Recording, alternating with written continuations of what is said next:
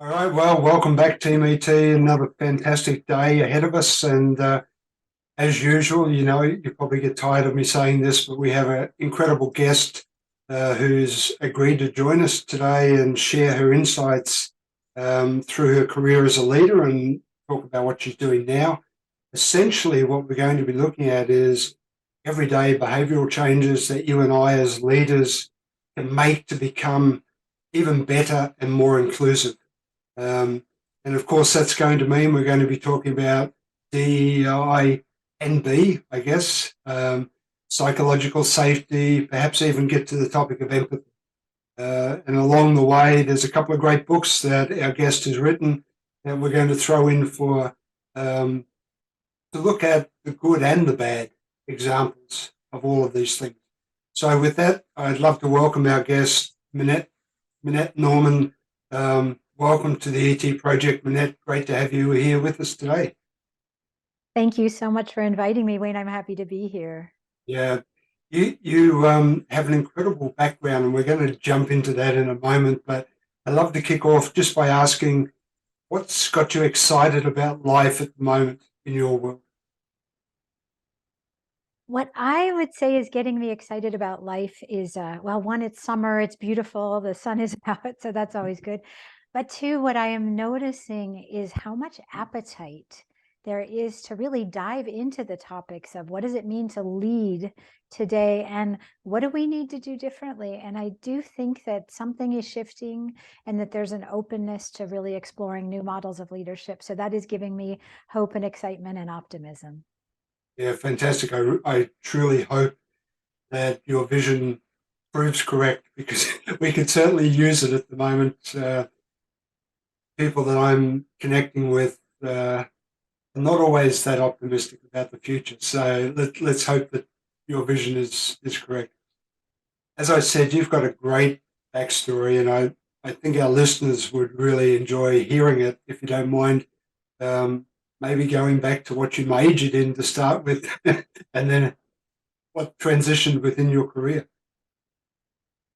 Certainly, I did have a very unexpected career, and it was unexpected to me as well as to people who knew me because what I majored in university was drama and French. I had a double major. What I really wanted to do when I got out of school was become a professional actor, which is why the drama major. I had done acting through high school and university and went to New York thinking that's what I would do. I would make it big in theater and realized very quickly what a rough life that is, what a hard life that is, and how much rejection is involved in attempting to be an actor. You hear, no, no, no, you're not right. And honestly, that was really hard for me to hear. And so I fell back on that second degree, the French degree, to find work when I was living in New York City. And one of the pivotal jobs that I got was that I got a job working for the French Trade Commission in the mid 1980s. And it was the reason it was so pivotal was that it was a time that the office was transitioning from having typewriters on desks to having IBM PCs on desks. So that sort of gives you a sense of what was going on in the mid 80s. And so suddenly I found myself with an IBM PC on my desk, and I started learning what you do and how you can use this very primitive DOS-based software. And I found I was a quick study and I loved it. And what I was especially good at was translating this technical speak into something that the other people could understand, because a lot of people who were working in the office with me were quite intimidated by these new computers. And so Mm. I just explained it and said, like, this is what you do step by step. I would even write out instructions. And that's what led me into my career in software. So I ended up spending 30 years in the software industry. And what happened was I decided to leave New York after about 5 years there, moved to California where I had grown up. And this is now the end of the 1980s. And I decided to apply to software companies because a friend gave me a great idea. And he said, you would be a good technical writer. And I didn't really even know what that meant, but he said, well, you can explain things well, you can write well, and you seem to be adept at learning technology. And so that's exactly what I did. I applied to the 5 software companies I could find at the time in the San Francisco Bay Area, and one of them was Adobe. And Adobe hired me in 1989, and my first assignment was to write the Photoshop version 1.0 tutorial. It was, the very early days of Adobe. I think I was employee number 256 or something like that. So that's how I got my start. And then I'll fast forward because I did spend 30 years in the industry. And I progressed for 10 years. I actually stayed as an individual contributor because I really loved writing and learning technology and talking to engineers and picking their brain and making sure I fully understood things. But then around the 10-year mark, I moved, by the way, from Adobe to several companies. I worked for 5 different companies in 10 years. And then in that 10th year, in 1999, I ended up at Autodesk, and I was hired as a technical writer. But my manager very quickly said to me, Minette, first of all, I think you'd be a fabulous manager. And I need a manager because I have too many direct reports. Would you manage a team of writers? And honestly, Wayne, I was initially really reticent and hesitant because I had never pictured myself as a manager or a leader. I just thought about what was right in front of me. And so I resisted, and she twisted my arm, and I became a manager. And that was so interesting. And again, a pivotal moment for me because I realized, oh, I didn't know what I thought of management, but I didn't realize how fascinating, how totally fascinating human beings are, and how you can't manage one person the same way you manage the next because everyone's so different. And so I just got really enamored of being a great manager and then taking on bigger and bigger roles. And so I spent the next 20 years of my career literally taking on larger and larger management roles within the same company. I ended up staying at Autodesk for 20 years. And the reason I stayed was that I kept moving into new things and learning new things. And every time I'd get bored, I would get a new job within the company. And so I'll fast forward to the very end of my time in tech, which was the last 5 years. I ended up in a very improbable role. I ended up as VP of engineering for Autodesk, and I was in charge of transforming how the company developed software. And the company was about 10,000 people. There were about 3,500 people in the engineering job families. And I had about 1,000 of them on my org chart, and I had to influence the other 2,500. And I was in charge of really transforming how things worked and how we worked together. And what I realized is there are some technical challenges here, like we need to get on the same tools and we need to use modern best practices as a SaaS software company. But the bigger challenges were about human behavior and culture and interaction, because people didn't work together. People worked separately in silos. Each product team worked completely differently from the next. And we were trying to get people to collaborate and produce software that looked and felt like it came from the same company, as opposed to lots of different companies. And so I just started getting myself an education in collaboration and communication. And I came across the topic of psychological safety and diversity and inclusion and empathy and all these topics that were not at the time really being talked about in the company and in general in the tech industry. So I was a little bit early. Now these things are talked about a lot. But when I was doing this, I was like the first person to talk about empathy in the company and the first person to share the term psychological safety. So I was just reading and reading and reading. And ultimately, I did that job for 5 years. And I can't say I fixed everything. I made some progress. We made some good progress. But in 2019, we had a leadership change. I realized it was time for me to go. I'd had a fabulous career. I needed to do something different. And I took some time out to think about what was important to me. And I realized, well, I've spent 20 years in leadership and I have learned so much. And I wish I knew the things 20 years ago that I know now, because it took me that long to learn so much of this. And there are leaders managing teams of people who don't know this and who need help and who have the best intentions but have no clue. So maybe I can help.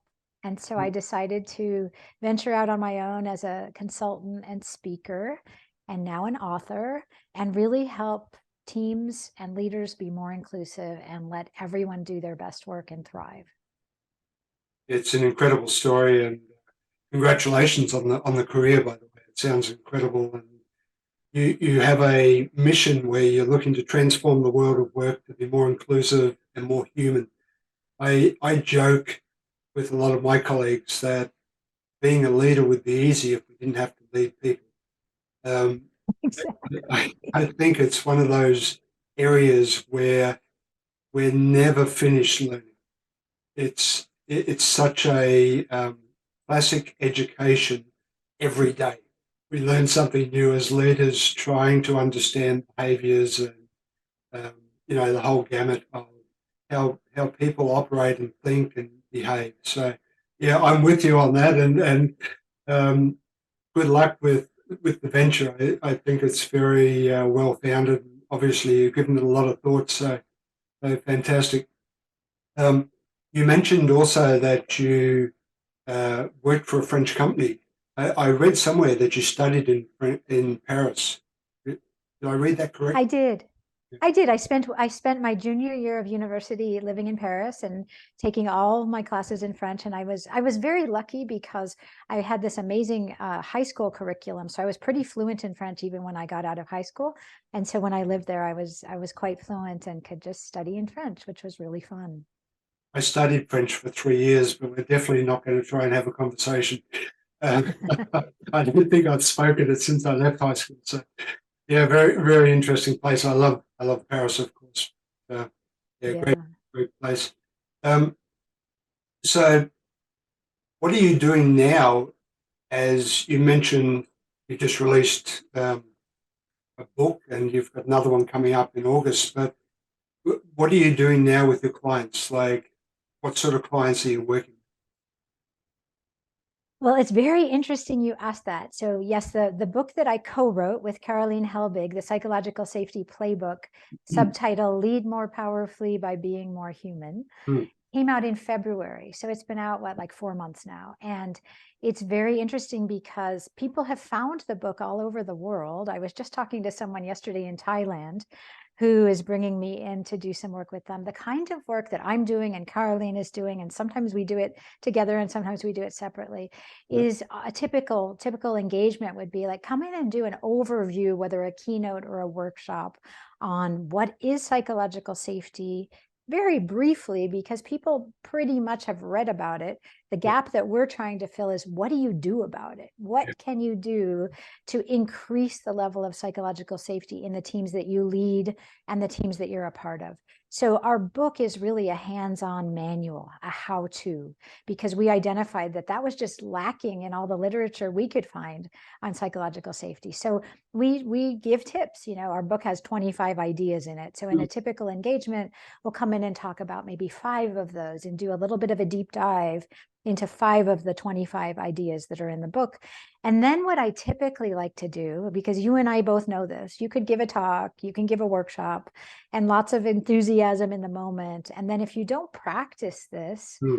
it all falls by the wayside and we go back into our bad habits, right? And so what I believe and what my co-author Caroline believes is that in order to build these psychologically safe, inclusive environments, you need to practice these behaviors every single day. And so what I like to do with my clients is, yes, I'll come in and give you a workshop or a talk, and then let's follow up, whether it's a month later or a couple months later, and let's talk. So I work primarily with tech companies, but not exclusively. And Hmm. that's just because of who knows me. Like, people know me in the tech industry more. But for example, I was working with a tech company, and typically what happens, it's not necessarily like a big company. It's not necessarily the C staff that brings me in, but it's typically an executive who Right. wants some help with their division. And so I was working with a senior executive in a tech company recently. She has a big team, and she brought me in for a talk, and then we did a follow-up session where it was really just a conversation of, okay, you've all learned the basics. Now what's hard? What are you struggling with? What do Hmm. you still have questions about? And getting them to talk to one another, I think, is really useful, because here's an example. One of the topics in the book is talking about failure, and how, in order to really create psychological safety, we need to talk more openly about failure and destigmatize it so we can learn more quickly from our things that go badly. Yeah. And this team that I was working with was in charge of tax. So tax is an area where they have low tolerance for failure, right? Yeah. And so they were really struggling with that idea. And so we explored that together, and like, okay, we don't want to have a massive failure. We don't want you to have to re-report earnings, right? This would be a disaster. But of course, the VP said, of course, we have mistakes in our spreadsheets. We make mistakes all the time. How can we talk more openly about these things, learn from them, prevent the bigger failures? And so that was the conversation we ended up having. I find those conversations very impactful because they're not theoretical. They're about the day-to-day work that my clients are facing. And so that's the kind of work I like to do. So yeah, typically it starts with some kind of an overview and here are some ideas I'm going to offer you. Now come back to me and let's have more conversations and let's explore more deeply. And so that's the kind of work I like to do. I like to go in and not just have a one-time thing, but ongoing work so we can really see progress. Right. You have some incredible endorsements at the beginning of the book. I had the opportunity to read through that first chapter that you make available. Seth Godin, Michael Bungay Stainer, and even Amy Edmondson, the mother, if you like, of psychological safety. She may not appreciate me saying that, but through her research, she's made the topic so well known, as you mentioned. I mean, incredible endorsements of this book. And as you said, a lot of people have heard about psychological safety. They may not really understand or grasp the whole concept. What I'm wondering is, what was the catalyst for you and your co-author to actually write the book in the first place? Well, it all started with Amy Edmondson, honestly, and yes, she was so supportive of the book. But what happened was, Caroline and I had never met. Caroline's from Germany. I'm from California. And we signed up for a class, and the class was based on Amy Edmondson's work. And it was to get certified in running psychological safety assessments based on her research. So it's called the Fearless Organization Scan is what the certification is. So Caroline and I met in this class, and we both are leadership consultants, and we had high hopes that we would come out of the class with all sorts of practical material that we could then share with our clients. So we took the class, we got the certification, and basically what we learned is how to run the assessment and have a conversation afterwards. And we both were not satisfied because we were like, now what? The question is, now what? You run an assessment, you say, yes, we need to improve. Now what do we do? So I actually was on a different podcast at the time, and Caroline tuned into it, and she heard me say, there's a lack of practical information about psychological safety. So she sent me an email, and she said, in the subject line, which I love, was crazy idea. And she said, I heard you say there's a lack of practical information about psychological safety. Here's my crazy idea. What if you and I put our heads and our hearts and our experience together and we wrote something? So she didn't say write a book. What we initially thought was, what if we just wrote like a pamphlet type of thing that we could use for our clients? Yeah, that was the original idea. Like, oh, she's doing her work, I'm doing my work, we'll do something together. And then what happened that was really quite interesting is we brainstormed, we wrote it. We've never met face to face. We did it all virtually, and we wrote it pretty quickly. And as you've seen it, you may not have seen, but it's a small book. It's by design. We had this idea of writing something as short as possible that is still useful. So we wrote it, and we thought, well, we'll just like self-published this little brochure. I ended up talking to someone I know at the speakers bureau that represents me, the Lavin agency. So the head of talent, Charles Yao, said, well, hold on a second. I don't think you can just self-publish this thing. I think you need to find a really good publisher. He introduced me to Jesse Finkelstein, the co-founder of Page 2 Books, and they were really interested in it. They're a hybrid publisher. So we ended up publishing this lovely book. And one of the things, so you mentioned Amy, the mother of a psychological safety, well, the premier researcher, maybe that's a good one. She might like that better, but I don't know her personally, although we've exchanged a lot of emails. But what we felt was, it's really important for us to make sure that Amy Edmondson will endorse this book because she is so well known, and anyone who thinks about psychological safety goes to her work and goes to her book, The Fearless Organization. So we contacted her, this is in late 2021, and said, would you be we've written this, we think it really complements your work, and would you be willing to read it? And she was so generous, and she said, I'd be delighted to. And then she read it, and she wrote us the sweetest email that says, I love it, it's fabulous, what can I do to help? And so we said, well, could you could you get in? Could you endorse it? And so she did. And that's sort of the history of how it came to be. I remember when we reread her book after taking that class. She has a chapter called The Leader's Toolkit, which is one of the last chapters of the Fearless Organization. And I sort of opened that book thinking that's where all the practical information is. That's where it will be. And she hints at, I mean, it's not that it's bad, it's just that it doesn't go far enough to give you the how-to. And so we thought, let's try to develop a manual, basically a how-to, and that's how it came to be. Yeah. Just looking at the layout, I love it. It's, as you said, it's very succinct, but it is the how-to manual. So you break it into 5 plays, and each play has 5 areas, if you and That's right. yeah, and it's fantastic. You have the moves that you need to make in the play, and you outline those, and then you ask the question. So, why try it? How to do it? And then you give a very short summary about that particular point. And the graphics is great. Stick figure graphics, I love. So yeah, look, the whole book I highly endorse. Of course, you have many famous people endorsing, but I highly endorse. We'll add Wayne Brown to the endorsements. Yes. Please put me in the book.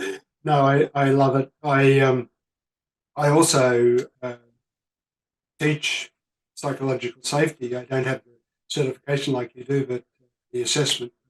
I definitely see the need for this book. So I'd encourage everyone that's listening, if you are interested in introducing psychological safety, as you should be, as a leader into your groups, your teams, then this book is a must-have. To be honest, it's something that should sit on your shelf that you refer to daily almost. I would suggest. You've got some great topics in there. So yeah, well done and congratulations. From there, I want to compliment you and say 2 books in 1 year. Releasing 2 books in 1 year, I've never met or spoken with anyone that's done that. So that's a huge achievement. The second one is coming out in August, but incredible. So let's jump straight into the second one, because that'll sort of open the door to the rest of our discussion, I guess. It's called Boldly Inclusive Leader.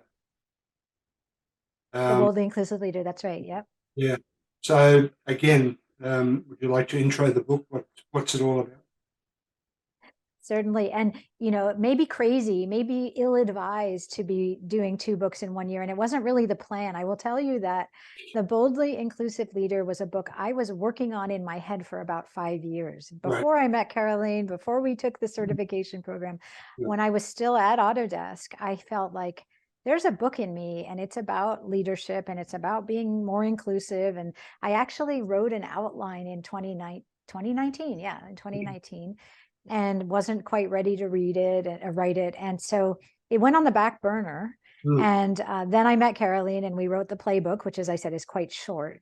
And when I finished the work with her on getting that drafted and off to the publisher for editing, I felt like, now I think I'm ready to write this other book. So really, I went straight into writing it, and I was ready. And The Boldly Inclusive Leader is a bigger book. It's definitely, like, if you think of word counts, it might just be helpful to think of it in that way. So the Psychological Safety Playbook is only 15,000 words. It's like 2 hours on an audiobook, right?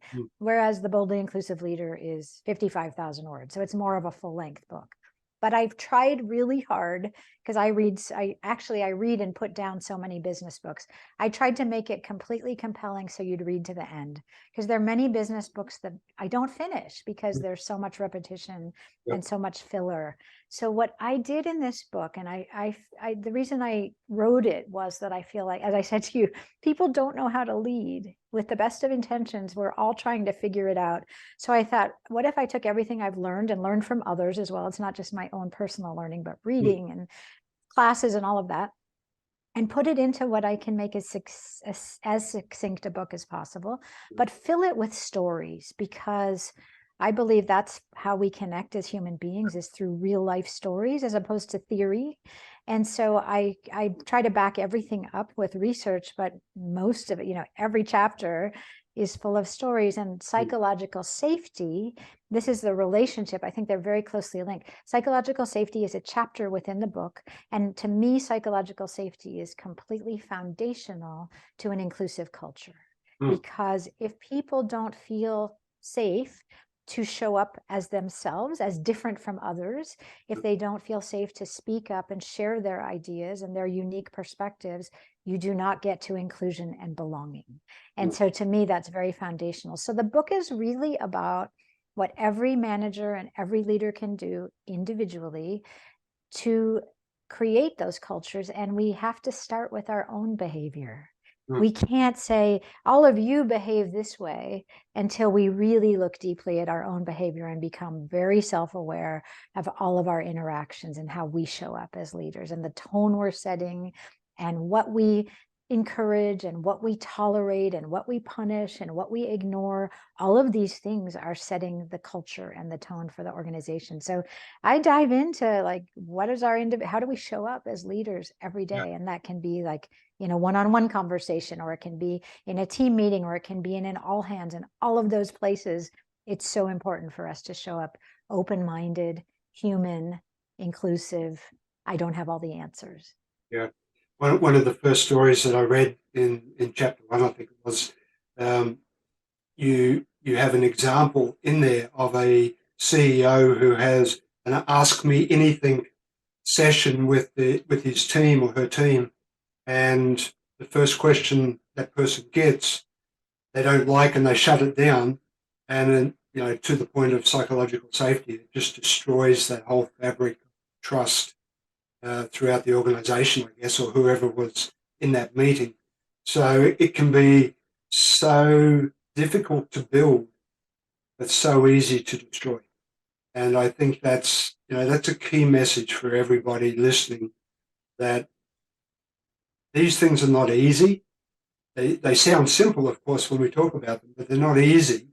And you work hard to put it in place. And therefore, you have to be intentional, as you say, about your actions, about your behavior. And yeah, you have to learn how to be able to do that. And you give some great examples.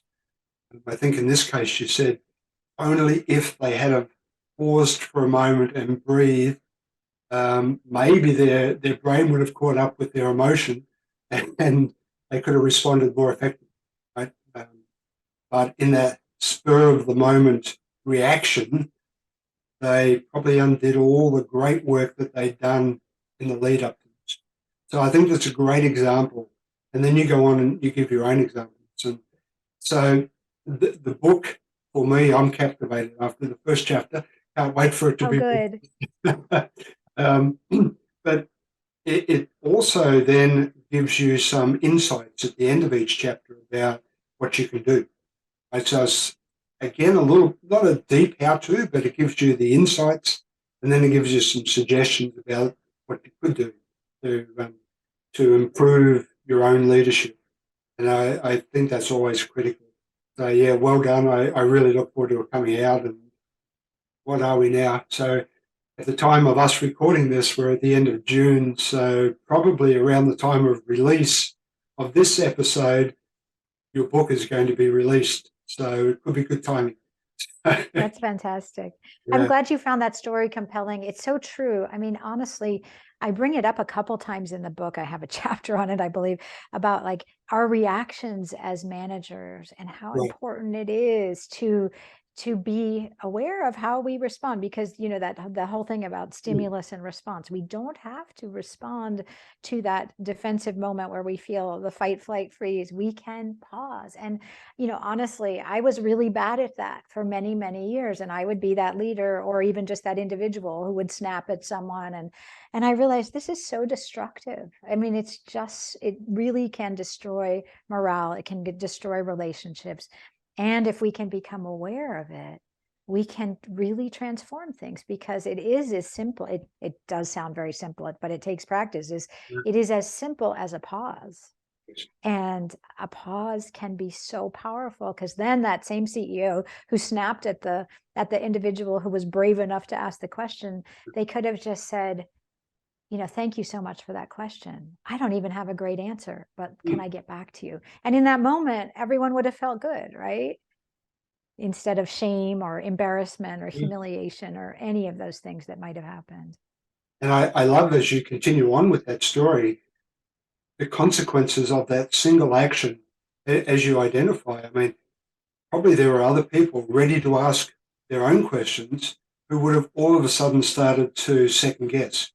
Wow, Exactly. I didn't like the way that answer came back. Maybe I won't ask my question now, right? So all of a sudden you Right. shut the conversation down. You shut the transparency, the openness, the vulnerability is all gone. It's destroyed in that instance.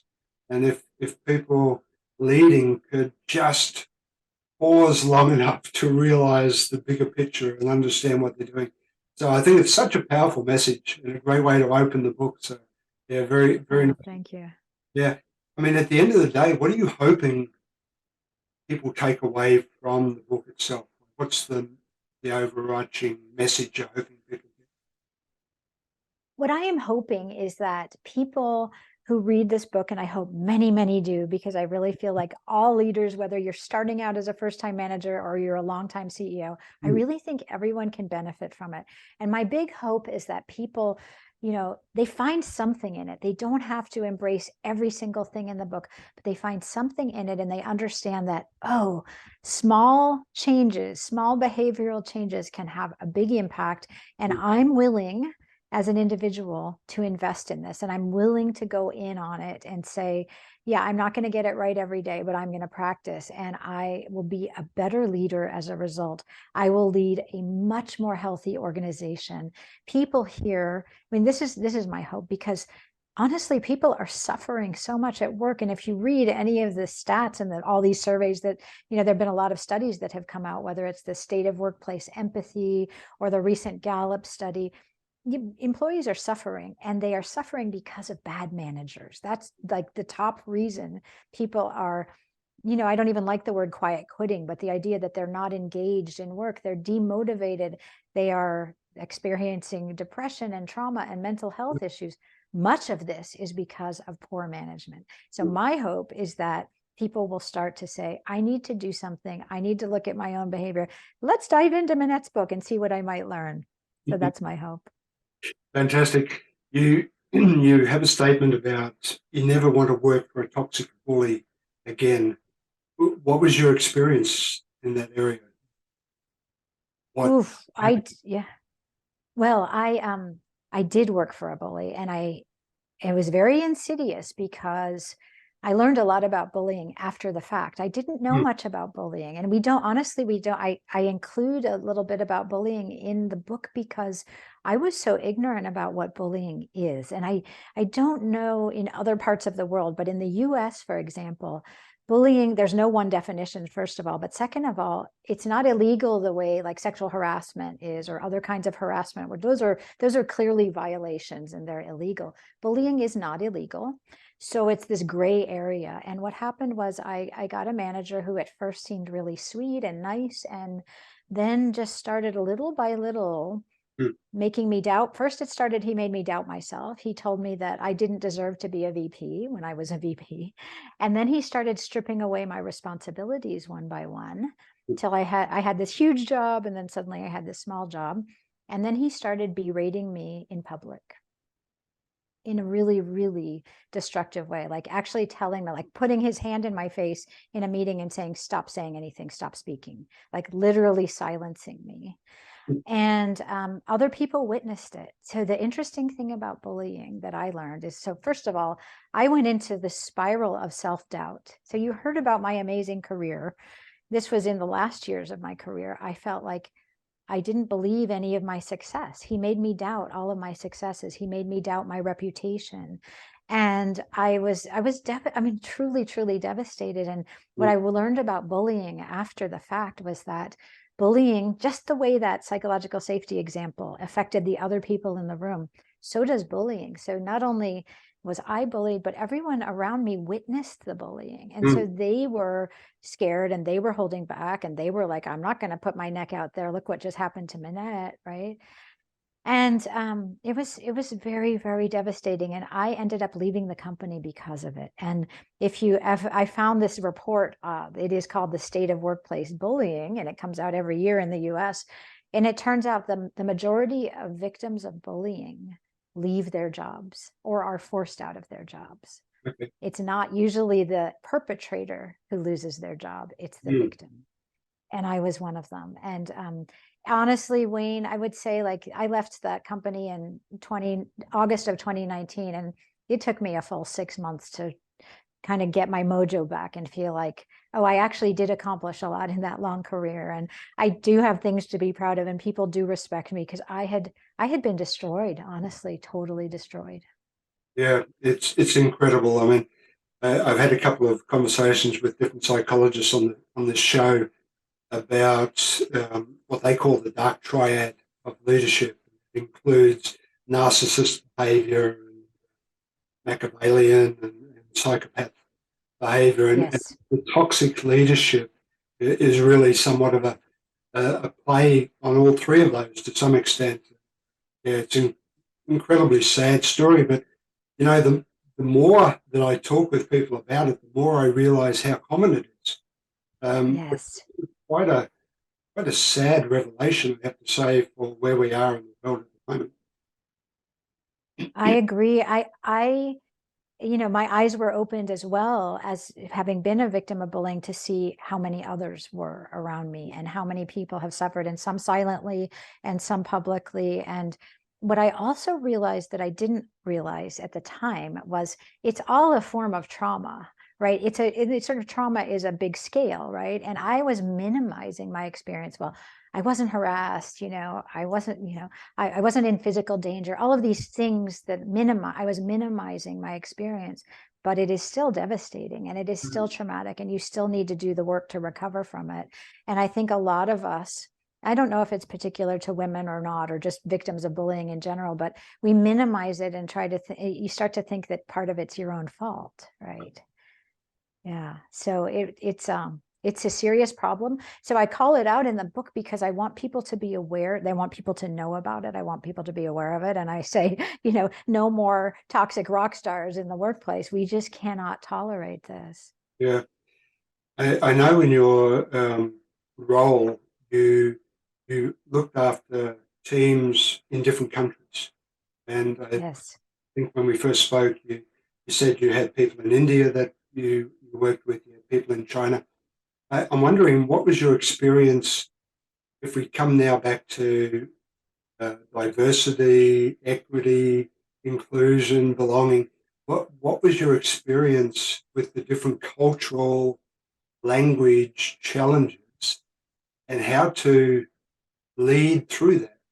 What do you That's such a huge question, feel? and something I love. I mean, I led international teams for a couple of decades, and I had teams in North America, Europe, and Asia.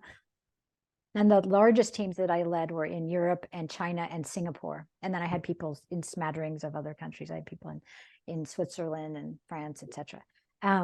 Well, what I learned was, first of all, I got a big education in different cultures, and the fact that communication is so different in different cultures, and in how in a lot of Western cultures, but there are even nuances in Western cultures, we're much more direct, Mm, in our direct versus indirect, and going to Asia and learning a whole new way of interacting, and even just like how relationships are so important before you get down to business, and things like doing business in China or Japan. And I mean, to me, it was like people in the US in general, and I blame Americans for this. I don't know how this is in other parts of the world, but we're not very internationally savvy generally. And we look at, especially if you're working for a US based company, you expect everyone to act the way you do. And I, as a leader, never wanted to do that. I wanted to learn about the different cultures and learn, how do I flex my muscles, and how do I adjust my communication style and leadership style to make sure this is going to resonate if I'm talking to people in China or Singapore or France or Switzerland or yes. India. And so, honestly, I'm still learning. I just had a conversation this morning with someone who has a podcast in India, and he and I were talking about, this is an example. We were talking about psychological safety.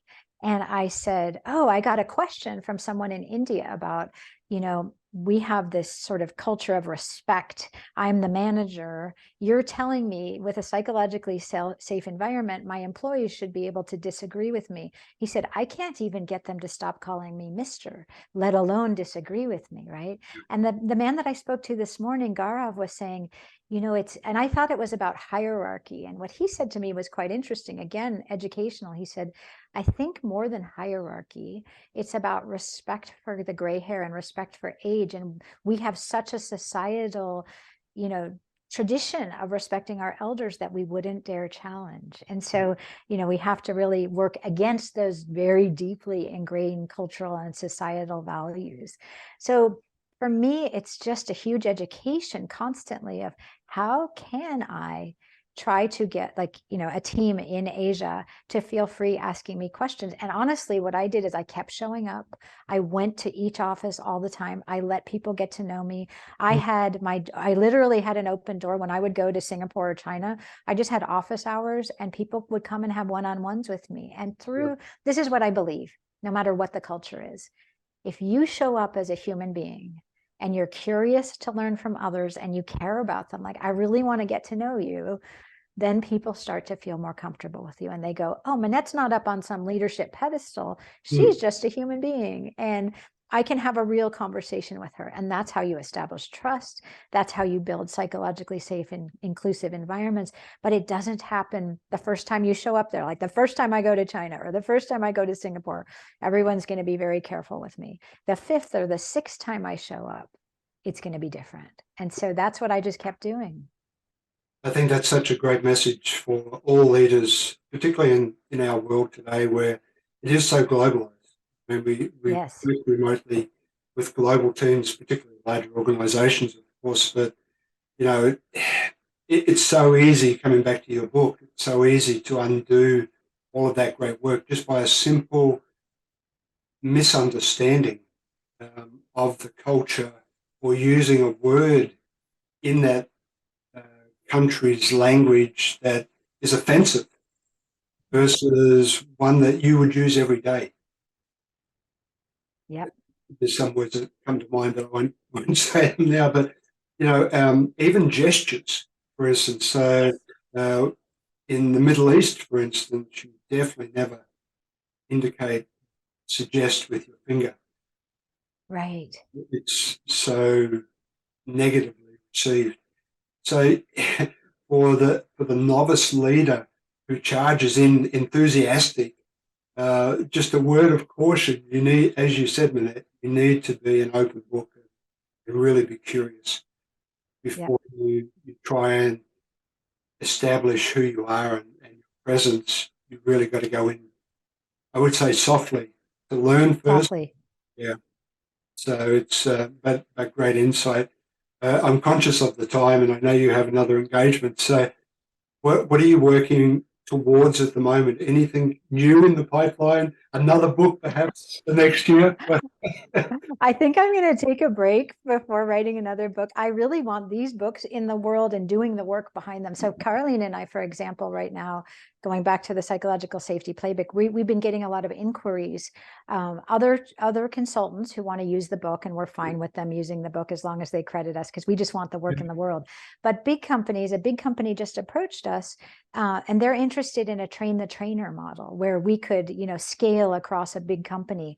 So we have decided we are going to develop some materials and maybe a certification program so people could get certified to be trainers of the Psychological Safety Playbook material. So that's one thing that's in the works. And then I'm working on lining up speaking engagements and book events to launch the Boldly Inclusive Leader. I have a couple lined up, one in the San Francisco Bay Area, one in New York. But if you know anyone who's looking to bring me in to speak, I am available and love to do that and love to basically spread the word and spread the optimism, because it can be, like you said in the beginning, it can be really tempting to fall back on despair and, negativity about the leadership world and the workplace. And there are a lot of bad examples. And I just want to counteract that and say something else is possible. And it isn't rocket science. It's practice. It's daily practice. And we all practice other things in our lives, whether, it's a sport or a hobby. So why not practice leadership in the same way? Yeah. When you first mentioned about the certification program, collaboration partnership hasn't come into your mind with Miss Edmondson? Well, that's on our board. We have a Miro board where like things that we need to think about. And Caroline just said, "What are we going to do with Amy? Is she going to do something with us?" I'm like, Amy has a new book coming out in September, and so I figure she's pretty busy. But we will definitely follow up with her because that would be a dream come true. Right. I mean, endorsement's one thing, but partnership, wow. Yeah, good luck with that. Yeah, she's a very busy woman. Where can people connect with you if they want to learn more? Yes, well, my website's an easy place to go. It's just my name and MinetteNorman.com. And there's free chapter of the book available for download, which And then on LinkedIn, I'm always happy to connect with people on LinkedIn so they can find me there and engage and tell me what's on your mind and what you want to talk about, what you want to learn more about. And maybe there's an opportunity for us to work together on something. Yeah, fantastic. I really hope that our listeners do take the opportunity to look at both of these books. They're super powerful and very insightful. And Minette, you're a wealth of knowledge in this field, and people have access to you now through this little small window of connection. But I really hope our listeners do follow up. All the best with your future ventures. I will certainly be watching very closely, waiting for the book to be released. I think I'll probably get the pre-order in today. So let's. Oh, fabulous. But Minette Norman, thank you so much for the conversation, the insights, and being on the ET project. Been wonderful conversation. So thank you very much. I love the conversation. Thanks for having me, Wayne, and thanks for all the support with the books. So what are you waiting for? Hit the subscribe button below and click on the bell icon so I can pop up in your feed occasionally with a great tip for your ultimate growth.